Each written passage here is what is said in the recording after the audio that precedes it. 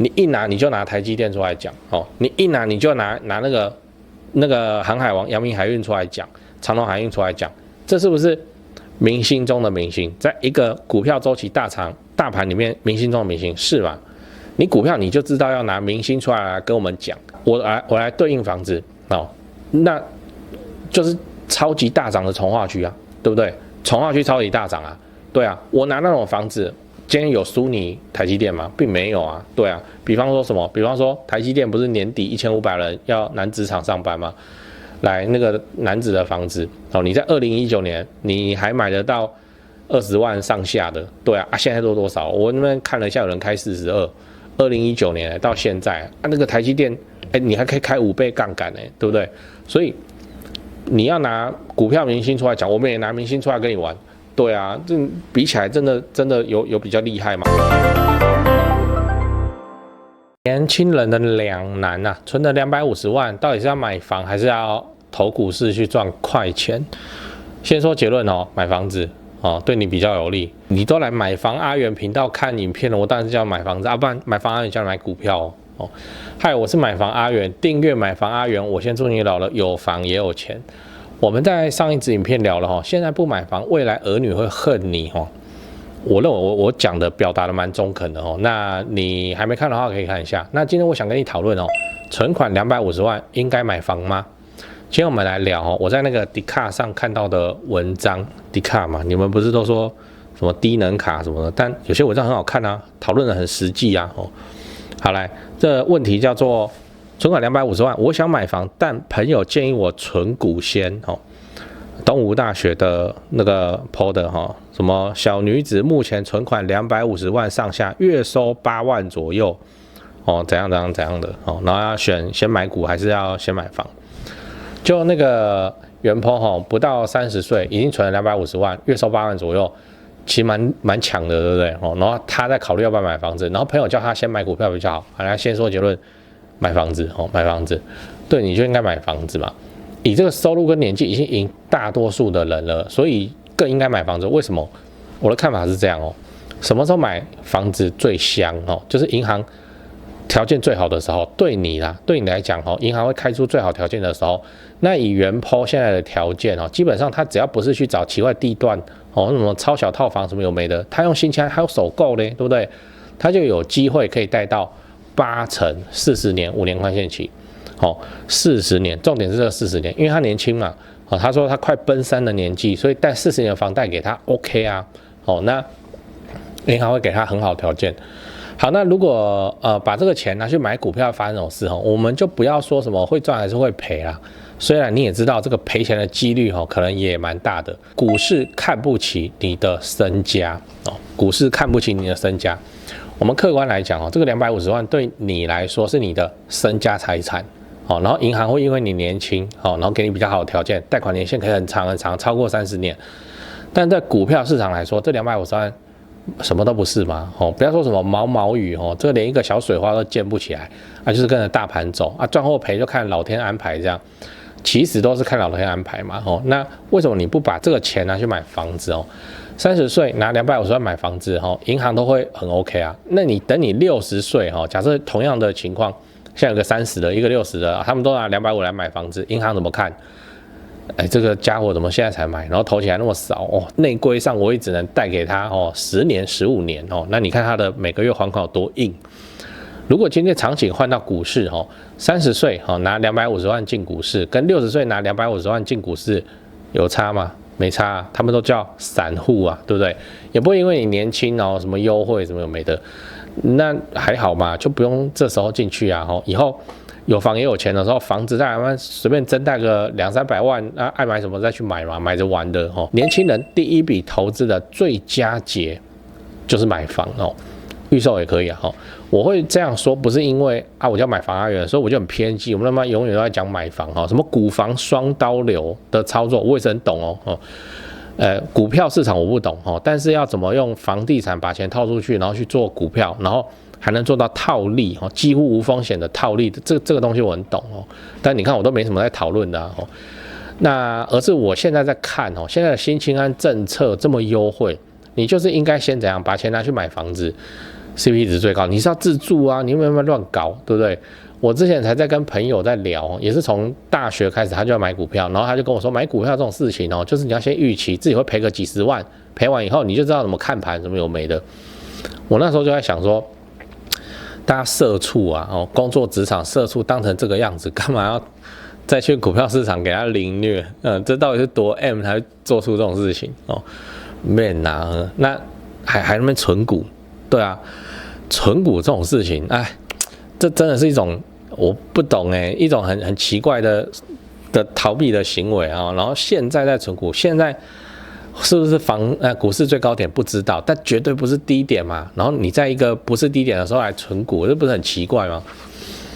好，那我每次讲到那个股票跟房地产就会有很多那个股票派的，然后就底下留言站来站去，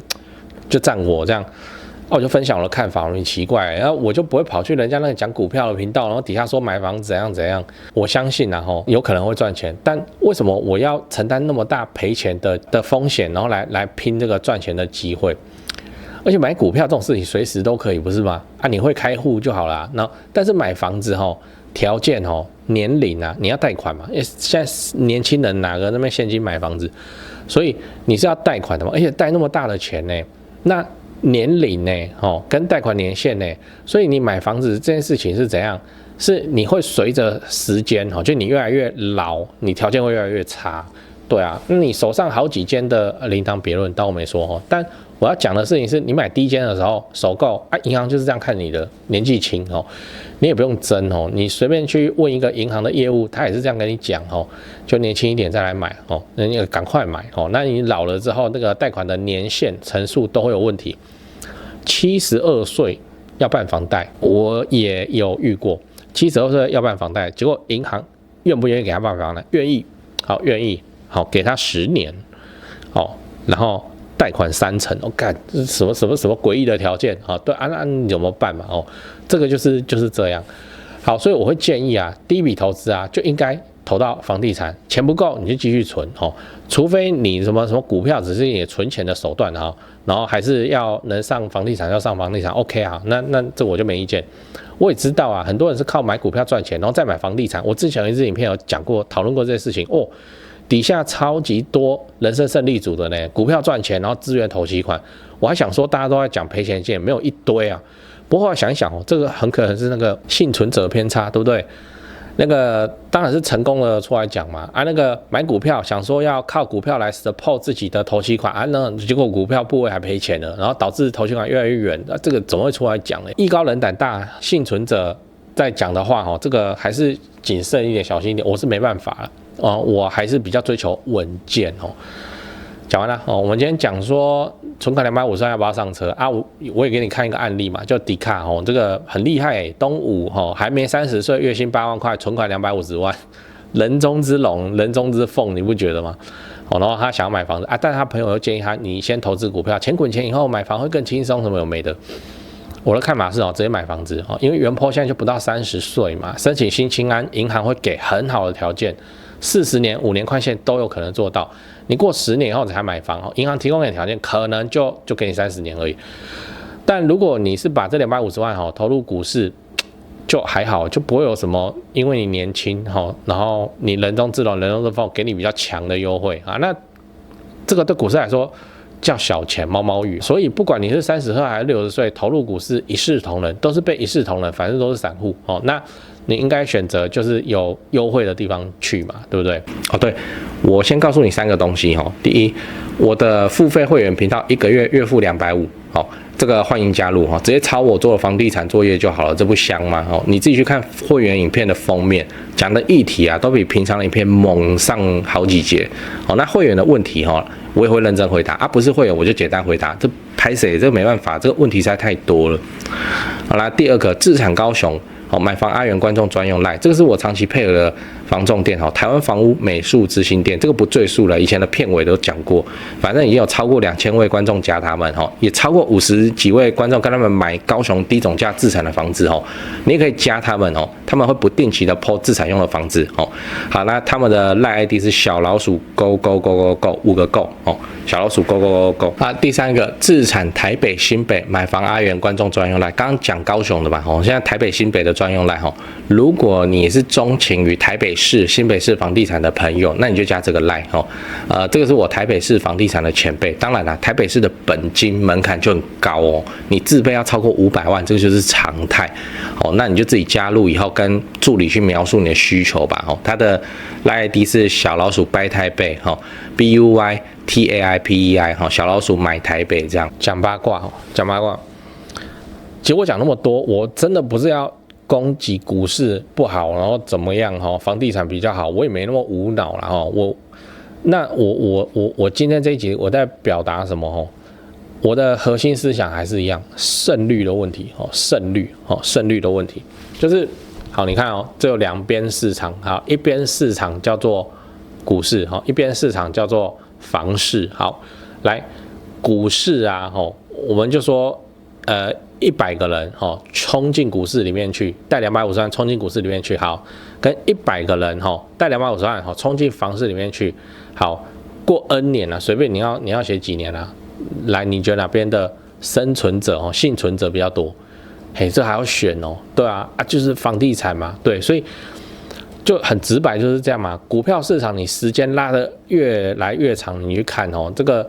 你拉到10年，10年你房贷20年房贷的话，都还没还完一半呢你拉到10年周期，请问做股市10年的人赚钱的多还是赔钱的多？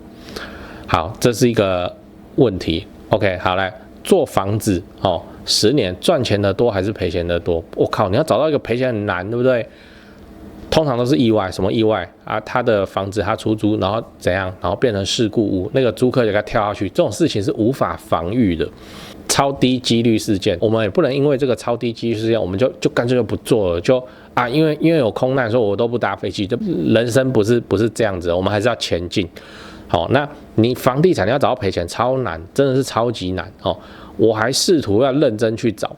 并不是那个很多乡民啊什么的，然后我自己在看房子，我会问，我靠，你看他设定价钱，你就知道大家都是大捞一票。对，那。好，那现在我也不讲股市跟房市假设布幕遮起来眼前就2扇门，不跟讲它是股市还是房市但他们的门票都一样，就是250万然后你现在站在这个2扇门前面不讲是股市房市它门上换写什么？它换写说一个市场胜率99%跟另一个市场胜率10%，请问这个门你要往哪边走？对不对？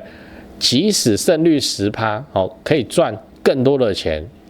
我想绝大部分的人你今天不要讲股票，还是讲房子你换另一个角度用胜率来看这件事情，我就不信有人会去走那个胜率10%这个门，自我挑战，就来艺高人胆大，危险极限操作，莫名其妙特技表演了。大家都说99%说，哎呀赚的。好像也差不多好，那我们都走这里不就是这样吗？对啊，我当然知道，房地产就第一间首购可以8成贷款，然后现在的法规你第2屋是不是自备4成，杠杆就变低了，杠杆变低的时候投报率就还好了，第3屋以后就变成自备要6成，那个投报又还好了，所以房市在大赚的时候就是那个第1屋，因为你超高杠杆，你开了5倍，股票市场你要开超过那个融资好像也不行嘛，你就直接要去期货了超危险好，总之要表达的事情就是胜率市场胜率上股市有没有淘金一夜暴富的机会有，真的有，期货可能更多那被抬出去的也多，就胜率市场。今天你不要说你自己选你来让你儿子女儿选，对，请问你会叫他走哪一个门？当然是胜率99%的门啊，就是在想什么？然后赚起来有差很多吗？其实还好啊，甚至房地产那么稳健，现在是很难得，股市在超级大涨周期才有这种表现。股市在那边半死不活的时候，你看大家的投报率长什么样子？对啊，所以不要拿现在的台积电出来讲，不要拿之前的航海王出来讲，那个都是，好来，你一拿你就拿台积电出来讲你一拿你就拿那个航海王阳明海运出来讲。长荣海运出来讲，这是不是明星中的明星？在一个股票周期大盘里面，明星中的明星是吗？你股票你就知道要拿明星出来跟我们讲，我来对应房子哦，那就是超级大涨的从化区啊，对不对？从化区超级大涨啊，对啊，我拿那种房子，今天有输你台积电吗？并没有啊，对啊。比方说什么？比方说台积电不是年底1500人要男职场上班吗？来那个男子的房子哦，你在2019年你还买得到20万上下的，对啊，现在都多少？我那边看了一下，有人开42，2019年到现在啊，那个台积电，你还可以开5倍杠杆对不对？所以你要拿股票明星出来讲，我们也拿明星出来跟你玩，对啊，这比起来真的有比较厉害吗？其实也还好。然后房子给你这么庞大的报酬，可以到1倍的报酬，又99%胜率，这就是我们做功课的意义我功课越做，我越不敢，我越不愿意去碰股票市场就是这个道理。我再强调一次，我并没有那边说什么买股票怎样啊，不好有没的我只是在分享说这个看法就是长这样。当然啦，那个留言区我那边每次讲股票都有那个，你那个股票市场又不懂，你就不要出来讲了像我都以前多少，台积电多少，然后你就知道拿明星台积电出来讲那我们就拿一个从化区3年涨1倍的出来讲，你自己看，你要背负那么大风险，然后来赚，可能还输这个5倍杠杆报酬，何必嘞这怪怪的怪怪的。